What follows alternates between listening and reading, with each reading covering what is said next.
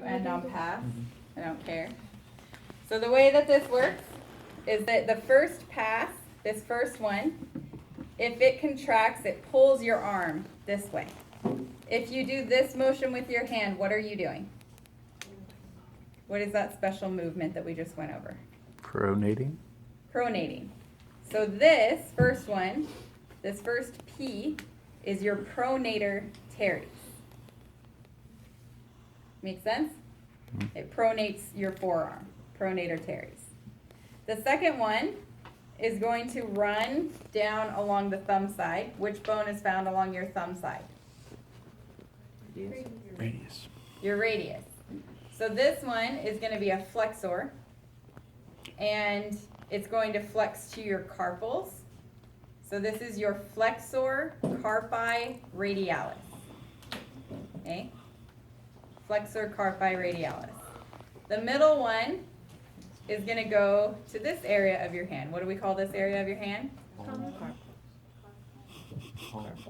Palm. This is your palm, right, guys?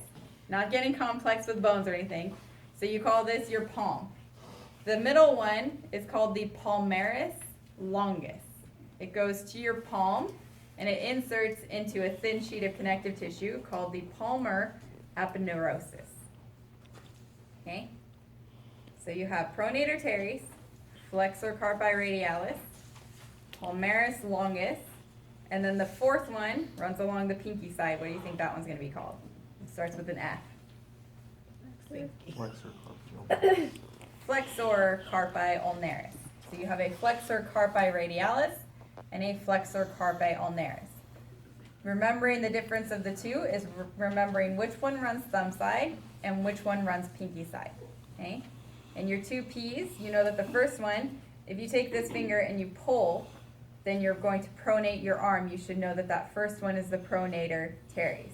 That middle one, the third one, goes down the middle to your palm, so that should be your palmaris longus. Okay? So that's for those four. And you can always, if you remember these four in this way as a group, it helps you remember the muscles much better. Okay? What's after those four? Flexor digitorum superficialis. So the flexor digitorum superficialis, right? Flexor digitorum superficialis.